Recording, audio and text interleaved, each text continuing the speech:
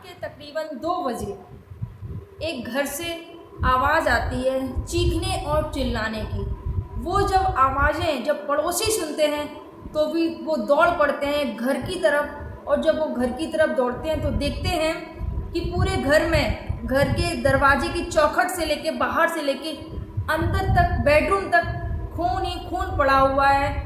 और एक व्यक्ति बिस्तर पे जिसकी मृत्यु हो चुकी है, और जो बच्ची हैं वो चिल्ला रही हैं, चीख रही हैं। आखिर किसने की थी हत्या रात के 2 बजे? आखिर कौन आया था घर पर? फ्रेंड्स, जानने के लिए बने रहिएगा फ्रेंड्स पूरे वीडियो में। आप सभी को मेरा प्रणाम। मैं सरिता राठौड़। कैसे हैं आप सभी फ्रेंड्स? आज की जो मैं घटनाक्रम आप सभी के समक्ष लेके आई हूँ, यूपी की मुरादाबाद की है। मुरादाबाद गाड़ी खाना मोहल्ला पड़ता है। वहाँ के निवासी अनिल चौधरी का एक खुशहाल परिवार होता है। 15 साल पहले अनिल चौधरी की शादी हुई होती है। पत्नी तनु थी, 2 बेटियां थी, बड़ी बेटी मानवी, छोटी बेटी नव्या। 2 बेटियों के साथ जो अनिल थे बहुत ज़्यादा खुश थे। उनका अपना हंसता खेलता परिवार और पीतल का उनका कारोबार था। अपने कारोबार में बिजी रहते थे, घर से अक्सर बाहर उनका आना जाना भी रहता था। 2 बेटियां थीं, लेकिन अनिल को बिल्कुल भी मन में नहीं था। अनिल हमेशा बोलते थे कि मेरी ये जो 2 बेटियां यही हमारे बेटों से कम नहीं है, बस इनको ही पढ़ा लिखा के बस इनको ही काबिल बनाना है। लेकिन जो तनु थी उसकी कुछ मंशा और थी। पत्नी तनु की मंशा और थी। पत्नी को थी बेटे की चाहत, और बेटे की चाहत के चलते आखिर क्या किया जानते हैं पूरा ये जो मामला है फ्रेंड्स। तो जो पत्नी थी तनु, बेटे की चाहत थी इनको। अनिल का हमेशा घर से बाहर आना जाना कारोबार के मामले। उसके बाद में जो बेटे की जो चाहत थी तनु के अंदर, उनके मोहल्ले में ही एक व्यक्ति कन्हैया जिसका नाम था, उसका शनिवार को वो गद्दी लगाता आता जाता था। मुलाकात होती है तनु की। उन्होंने बताया कन्हैया ने कि मैं बालाजी का भक्त हूँ। तनु से मुलाकात होती है। धीरे धीरे कन्हैया की और तनु की जो नज़दीकियाँ होती हैं वो बढ़ने लगती हैं। जब नज़दीकियाँ बढ़ने लगती हैं, अक्सर आना जाना रहता है। जब अनिल घर पे नहीं रहते हैं तो ये कन्हैया हमेशा आते जाते हैं। और तनु क्या करती थी कि जो कन्हैया था जिसके साथ में नज़दीकियाँ बढ़ गई थी तनु की, उसको हमेशा भाई बोला करती थी ताकि और लोगों को शक ना हो। इसके बाद में ये जो मामला था धीरे धीरे चलता है। एक दिन क्या होता है कि अनिल घर से बाहर गए हुए थे। कन्हैया कॉल करता है कि मुझे राजस्थान जाना है, काम है। तो तनु अपने पति से पूछती है कि ऐसा करिए कि पूजा के बहाने कि यहाँ कुछ पूजा पाठ वहाँ पर करवानी है, जाके मैं चली जाऊँ साथ में। तो अनिल बेखबर था, अनिल को कोई भी मामले की जानकारी नहीं थी। तो अनिल ने हाँ कर दिया। तो तनु अपनी दोनों बच्चियों के साथ में, कन्हैया के साथ में राजस्थान चली जाती है। जब राजस्थान जाती है वहाँ पर एक होटल बुक करती हैं, होटल लेती हैं। होटल में 2 कमरे बुक करती हैं। एक में दोनों बेटियों को सुला देती है, और एक कमरे में कन्हैया और तनु दोनों एक कमरे में रहते हैं। जब ये दोनों एक कमरे में रहते हैं तो रील बनाते हैं, और जब वो रील बनाते हैं वो रील वायरल हो जाती है। जब वो रील वायरल हो जाती है वो रील पति तक जाती है। जब रील पति तक जाती है तो पति देखते हैं अनिल चौधरी कि ये क्या है। जब उन्होंने देखा कि ये सब चल रहा है हमारे पीठ पीछे, तो अपनी पत्नी से बात करते हैं और मना कर देते हैं कि कन्हैया कुमार से तुम्हारी कोई बातचीत नहीं होगी, अब वो घर पे भी नहीं आएंगे, तुम्हारा मिलना जुलना बंद, उनके साथ में तुम कहीं नहीं जाना है, कोई कुछ नहीं करवाना है, ठीक है। उसके बाद में जब मना कर देते हैं तो ये इन दोनों की जो पाबंदी लग गई थी मिलने मिलाने की एक दूसरे से, कन्हैया की और तनु की, अब इनको बेचैनी होने लगती है। जब इनको बेचैनी होने लगती है तो फिर कन्हैया बोलता है कि ऐसा करो ना, हम तभी मिल पाएंगे कि जब तुम अपने पति को हमारे रास्ते से हटा दो। पत्नी से बात करते हैं कि ऐसा कुछ ना कुछ तो करते हैं।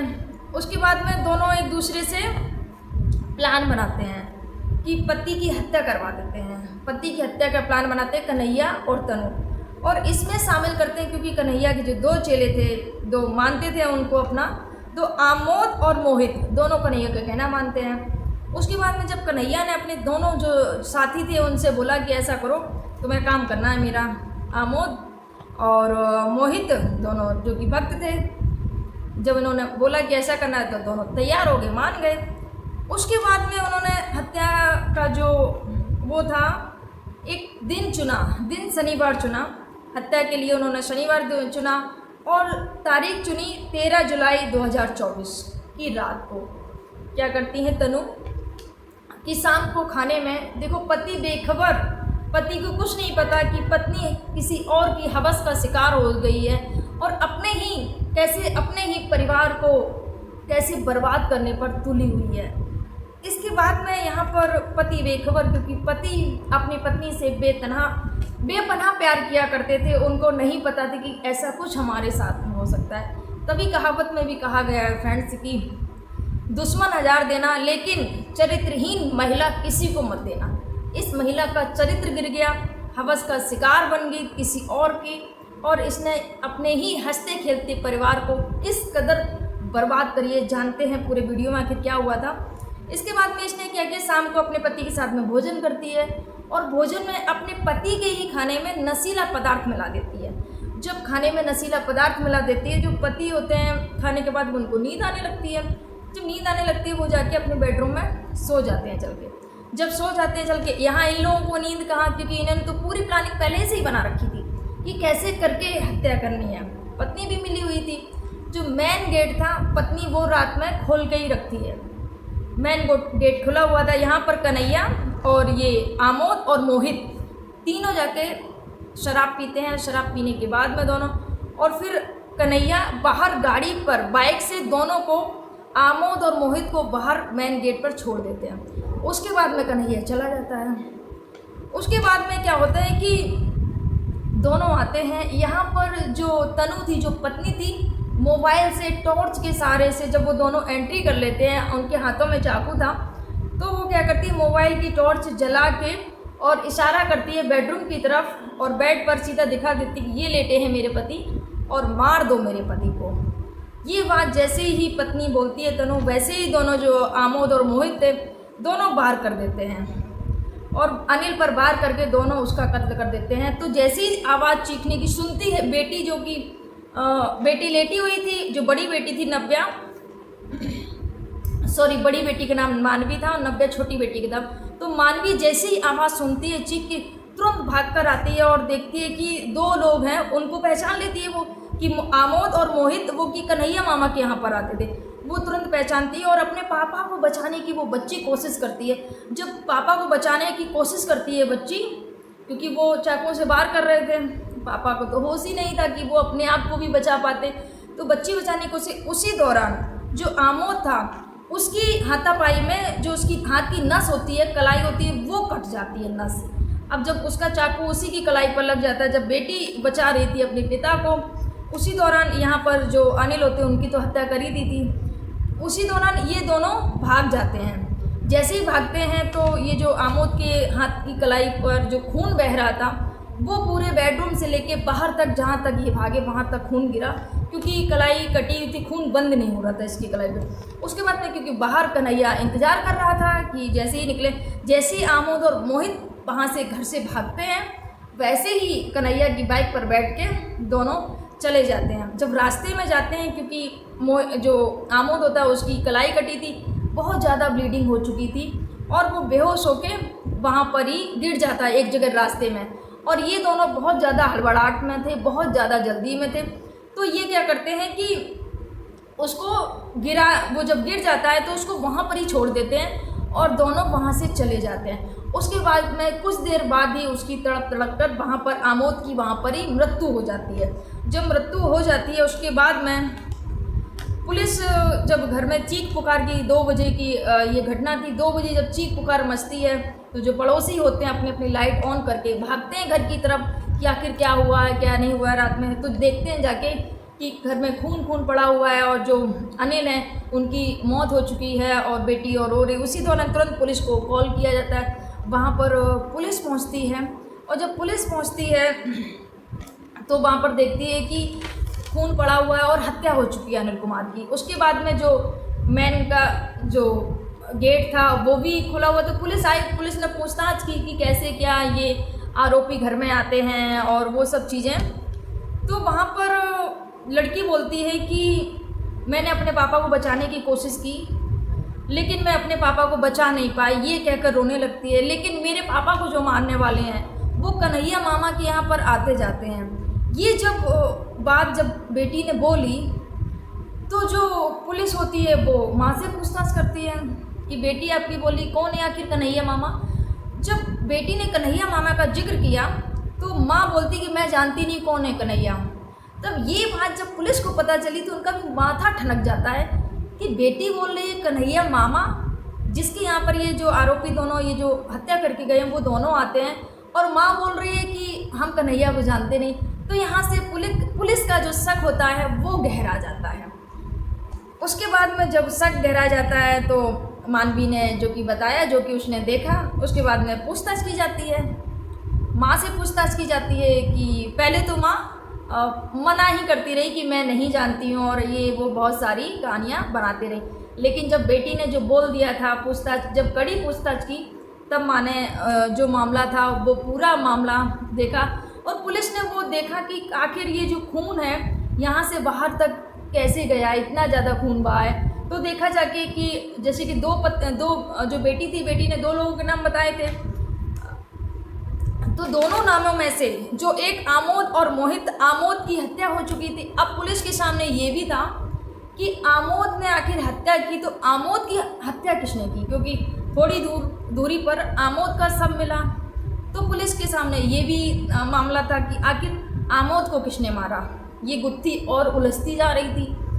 उसके बाद में क्या हुआ कि फिर माँ से कड़ी पूछताछ की गई। जब माँ से कड़ी पूछताछ की गई तो फिर माँ ने सारा जो खेल था, जो राज था, वो उगल दिया। उसके बाद में जो कन्हैया था उसको भी गिरफ्तार किया गया। दोनों ने क्या किया कि प्रॉपर्टी पर ऐश करने का दोनों का प्लान था कि पति को रास्ते से हटा देंगे। करोड़ों की प्रॉपर्टी थी, क्योंकि कारोबारी थे, पीतल के कारोबारी थे, करोड़ों की प्रॉपर्टी थी। इन पति को रास्ते से जब हटा देंगे तो इनका रास्ता साफ हो जाएगा और जो भी प्रॉपर्टी है वो सब सारी हमारी हो जाएगी। उसके बाद में आराम से ऐश की ज़िंदगी जिएंगे, ऐसा उनका कहना था।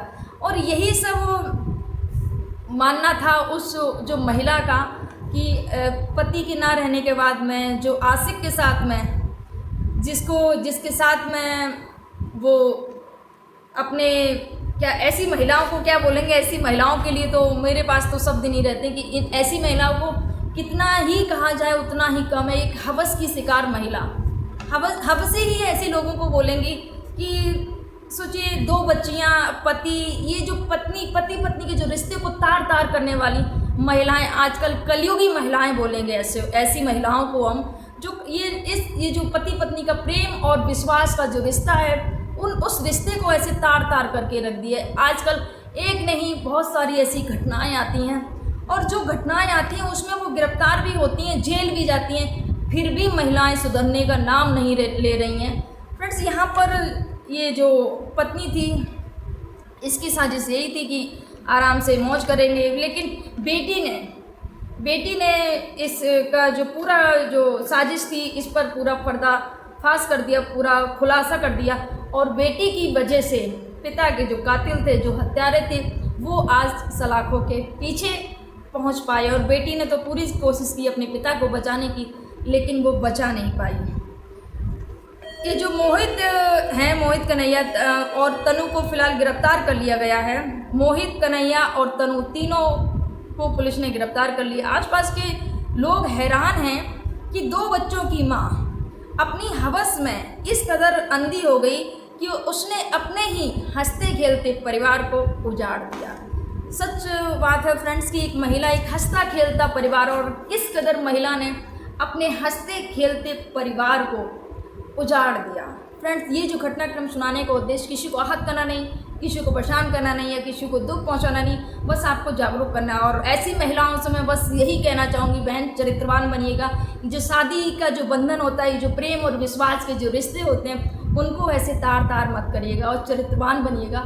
और बेटा हो या बेटी हो, दोनों कोई किसी से कम नहीं होते हैं, दोनों समान होते हैं। अगर ये महिला आखिर बेटे की चाह नहीं रखती और उस पुरुष से नज़दीकियां ना बढ़ाती और नाजायज़ संबंध ना रखती, तो शायद ये हंसता खेलता परिवार आज उजड़ा नहीं होता। तो फ्रेंड्स, बस सावधान रहिएगा, सतर्क रहिएगा, अपना ध्यान रखिए, अपने अपनों का ध्यान रखिए। आप सभी को मेरा प्रणाम। जय हिंद, जय भारत, जय सिया राम।